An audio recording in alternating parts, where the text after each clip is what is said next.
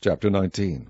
When the Lord thy God hath cut off the nations whose land the Lord thy God giveth thee, and thou succeedest them, and dwellest in their cities and in their houses, thou shalt separate 3 cities for thee in the midst of thy land, which the Lord thy God giveth thee to possess it. Thou shalt prepare thee a way, and divide the coast of thy land, which the Lord thy God giveth thee to inherit, into 3 parts, that every slayer may flee thither.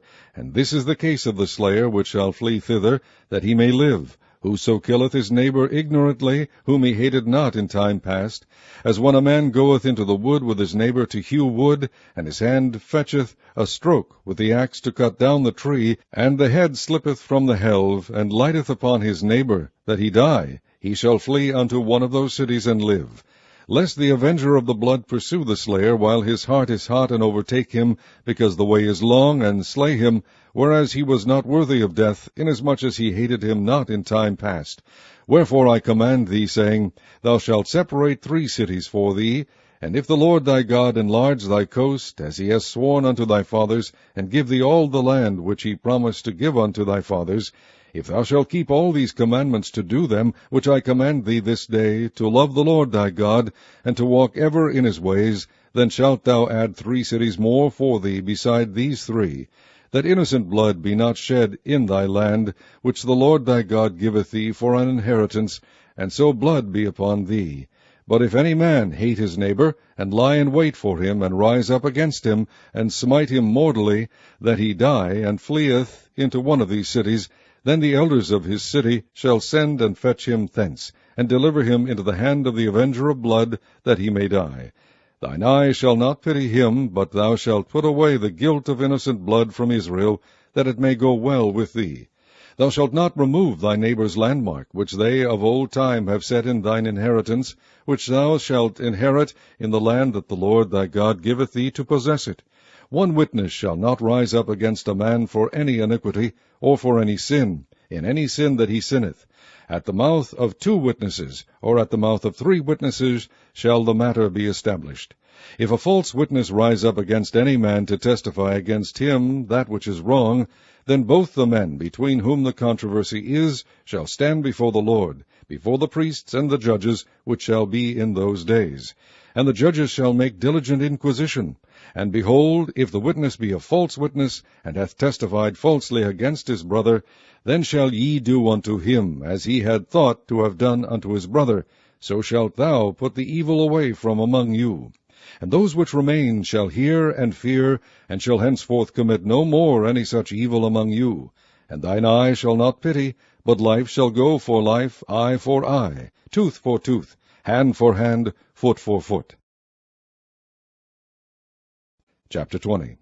When thou goest out to battle against thine enemies, and seest horses and chariots, and a people more than thou, be not afraid of them, for the Lord thy God is with thee, which brought thee up out of the land of Egypt. And it shall be, when ye are come nigh unto the battle, that the priest shall approach and speak unto the people, and shall say unto them, Hear, O Israel, ye approach this day unto battle against your enemies. Let not your hearts faint, fear not, and do not tremble, neither be ye terrified because of them. For the Lord your God is he that goeth with you, to fight for you against your enemies, to save you. And the officers shall speak unto the people, saying, What man is there that hath built a new house, and hath not dedicated it? Let him go and return to his house, lest he die in the battle, and another man dedicate it. And what man is he that hath planted a vineyard, and hath not yet eaten of it? Let him also go and return unto his house, lest he die in the battle, and another man eat of it. And what man is there that hath betrothed a wife, and hath not taken her? Let him go and return unto his house, lest he die in the battle, and another man take her. And the officers shall speak further unto the people, and they shall say, What man is there that is fearful and faint-hearted? Let him go and return unto his house, lest his brethren's heart faint as well as his heart. And it shall be, when the officers have made an end of speaking unto the people, that they shall make captains of the armies to lead the people. When thou comest nigh unto a city to fight against it, then proclaim peace unto it. And it shall be, if it make the answer of peace, and open unto thee, then it shall be, that all the people that is found therein shall be tributaries unto thee, and they shall serve thee. And if it will make no peace with thee, but will make war against thee, then thou shalt besiege it. And when the Lord thy God hath delivered it into thine hands, thou shalt smite every male thereof with the edge of the sword. But the women and the little ones, and the cattle and all that is in the city, even all the spoil thereof, shalt thou take unto thyself. And thou shalt eat the spoil of thine enemies, which the Lord thy God hath given thee. Thus shalt thou do unto all the cities which are very far off from thee, which are not of the cities of these nations. But of the cities of these people, which the Lord thy God doth give thee for an inheritance, thou shalt save alive nothing that breatheth. But thou shalt utterly destroy them, namely the Hittites and the Amorites, the Canaanites and the Perizzites, the Hivites and the Jebusites, as the Lord thy God hath commanded thee, that they teach you not to do after all their abominations, which they have done unto their gods. So should ye sin against the Lord your God. When thou shalt besiege a city a long time, in making war against it to take it, thou shalt not destroy the trees thereof by forcing an axe against them, for thou mayest eat of them, and thou shalt not cut them down. For the tree of the field is man's life, to employ them in the siege.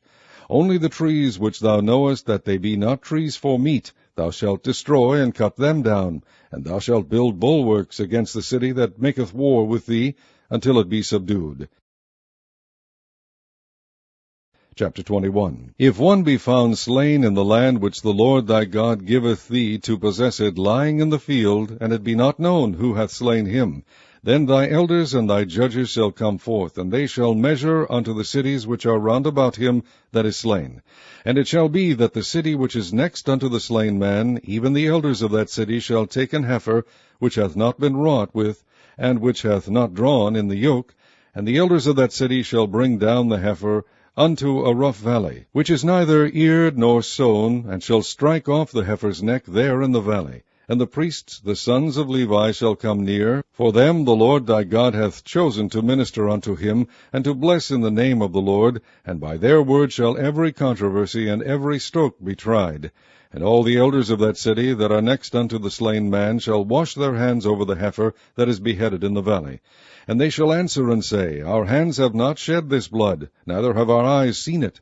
Be merciful, O Lord, unto thy people Israel, whom thou hast redeemed, and lay not innocent blood unto thy people of Israel's charge, and the blood shall be forgiven them. So shalt thou put away the guilt of innocent blood from among you, when thou shalt do that which is right in the sight of the Lord. When thou goest forth to war against thine enemies, and the Lord thy God hath delivered them into thine hands, and thou hast taken them captive, and seest among the captives a beautiful woman, and hast a desire unto her, that thou wouldest have her to thy wife, then thou shalt bring her home to thine house, and she shall shave her head and pare her nails. And she shall put the raiment of her captivity from off her, and shall remain in thine house, and bewail her father and her mother a full month. And after that thou shalt go in unto her, and be her husband, and she shall be thy wife. And it shall be, if thou have no delight in her, then thou shalt let her go whither she will. But thou shalt not sell her at all for money. Thou shalt not make merchandise of her, because thou hast humbled her. If a man have two wives, one beloved and another hated, and they have borne him children, both the beloved and the hated, and if the firstborn son be hers that was hated, then it shall be, when he maketh his sons to inherit that which he hath, that he may not make the son of the beloved firstborn before the son of the hated, which is indeed the firstborn. But he shall acknowledge the son of the hated for the firstborn, by giving him a double portion of all that he hath, for he is the beginning of his strength. The right of the firstborn is his. If a man have a stubborn and rebellious son, which will not obey the voice of his father, or the voice of his mother, and that, when they have chastened him, will not hearken unto them, then shall his father and his mother lay hold on him, and bring him out unto the elders of his city, and unto the gate of his place. And they shall say unto the elders of his city, This our son is stubborn and rebellious. He will not obey our voice. He is a glutton and a drunkard. And all the men of his city shall stone him with stones, that he die. So shalt thou put evil away from among you, and all Israel shall hear and fear.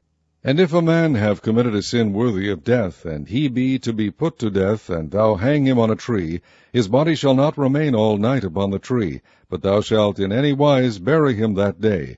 For he that is hanged is accursed of God, that thy land be not defiled, which the Lord thy God giveth thee for an inheritance. And then if any man shall say to you, Lo, here is Christ, or lo, he is there, believe him not.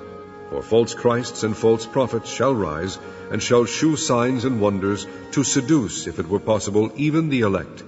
But take ye heed, behold, I have foretold you all things. But in those days after that tribulation, the sun shall be darkened, and the moon shall not give her light, and the stars of heaven shall fall, and the powers that are in heaven shall be shaken. And then shall they see the Son of Man coming in the clouds with great power and glory. And then shall he send his angels, and shall gather together his elect from the four winds, from the uttermost part of the earth to the uttermost part of heaven. Now learn a parable of the fig tree. When her branch is yet tender, and putteth forth leaves, ye know that summer is near. So ye in like manner, when ye shall see these things come to pass, know that it is nigh, even at the doors. Verily I say unto you, that this generation shall not pass, till all these things be done. Heaven and earth shall pass away, but my words shall not pass away. But of that day and that hour knoweth no man, no, not the angels which are in heaven, neither the Son, but the Father. Take ye heed, watch and pray, for ye know not when the time is. For the Son of Man is as a man taking a far journey, who left his house, and gave authority to his servants, and to every man his work, and commanded the porter to watch. Watch ye therefore, for ye know not when the master of the house cometh, at even, or at midnight, or at the cock crowing, or in the morning, lest coming suddenly he find you sleeping. And when I say unto you, I say unto all, watch